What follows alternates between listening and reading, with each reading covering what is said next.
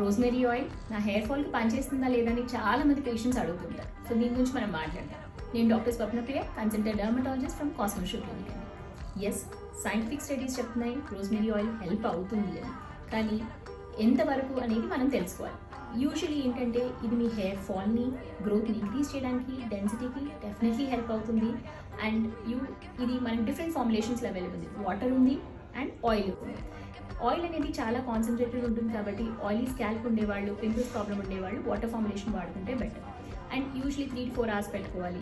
Pregnant females ఉండేవాళ్ళు definitely ఈ rosemary oil వాడకండి. బట్ వాటర్ ఫార్ములేషన్ వాడినప్పుడు ఏంటంటే తొందరగా ఎవాపరేట్ అయిపోతుంది కాబట్టి కొద్దిగా ఎఫెక్టివ్నెస్ తక్కువ ఉంటుంది. ఆయిల్ ఫార్ములేషన్ వాడినప్పుడు ఏంటంటే దాన్ని డైరెక్ట్గా పెట్టకుండా కొద్దిగా డైల్యూట్ చేసి పెట్టుకోవాల్సి ఉంటుంది. సో దట్ ఇరిటేషన్ పొటెన్షియల్ అనేది ఎక్కువగా ఉండదు. ఎలా వాడాలి, ఇంకెంతసేపు మన స్కాల్ప్ మీద ఉంచాలి, అలాంటి డీటెయిల్స్ కోసము కింద లింక్ని క్లిక్ చేయండి. Thank you so much.